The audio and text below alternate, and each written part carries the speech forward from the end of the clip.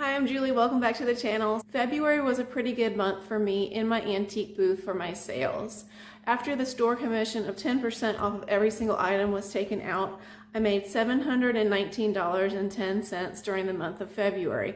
So I feel that is pretty good. February is traditionally one of the slower months, and I still feel like I did pretty well. So today, instead of going through a long list of every single item that I sold in the month of February, I'm going to do something a little bit different and tell you about my 5 best sales and my 5 biggest duds in terms of profit margin. So I guess we should start with the 5 worst sales or the 5 duds, and then we'll save the best for last.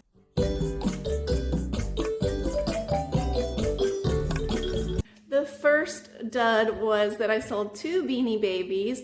I paid $3.31 a piece for the Beanie Babies, and they sold for $9 a piece for a profit margin of 63%.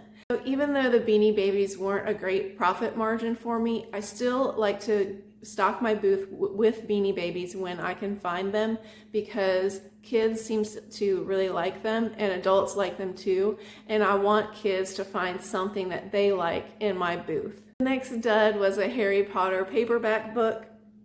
I paid $1.72 for each paperback, and I sold one for $4.50 for a profit margin of 62%.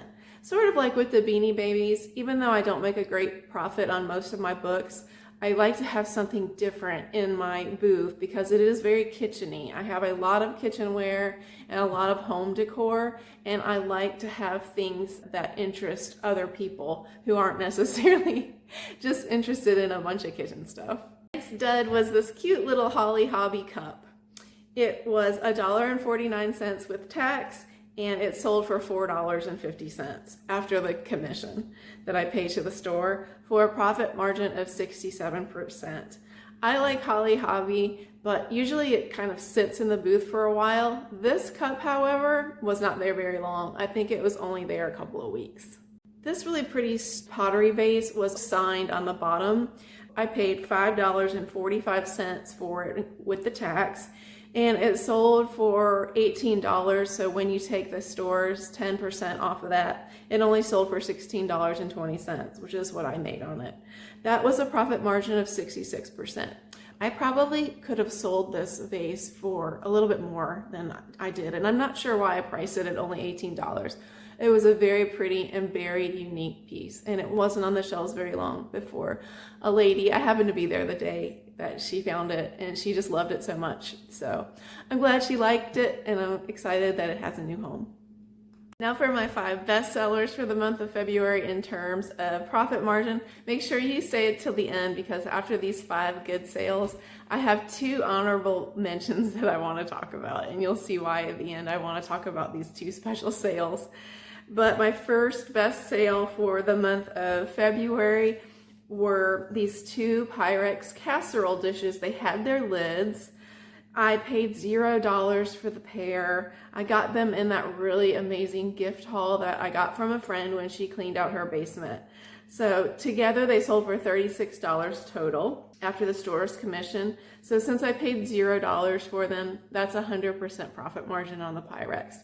If you're ever offered a gift haul, even if you think maybe it's going to be a lot for you to handle or a lot for you to store, or you're not sure if you're really going to like the free items, accept a gift haul anyway. Accept gifts from people who are cleaning out their vintage and antique items, because oftentimes there's going to be some gems in there, and since you paid $0 for them, your profit margin is always going to be 100%.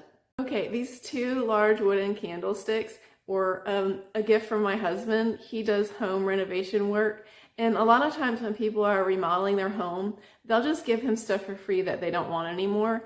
These 2 nice, big, sturdy, made in India, hand-carved wooden candlesticks sold for $23.40 after the store took their cut, and I paid $0 for them for a profit margin of 100%. The third really good sale for February was this really cute vintage recipe box. It was made of tin. It sold for $12.60, and I only paid $1.17 for it, so that was a 91% profit. I just really loved this. It had all of its recipe cards inside, and it looked like it had never been used. It was very, very cute. Fourth really good sale was this Fisher-Price vintage airport toy. Now, I had this for a while because it was missing its airplane. I'm actually not sure how many airplanes it was supposed to have. If it was more than one or just one, but it had 0 airplanes. So I did have it for a while, but I only paid $1.17 for it, and it sold for $20. So after the store's commission, I got $18 for it.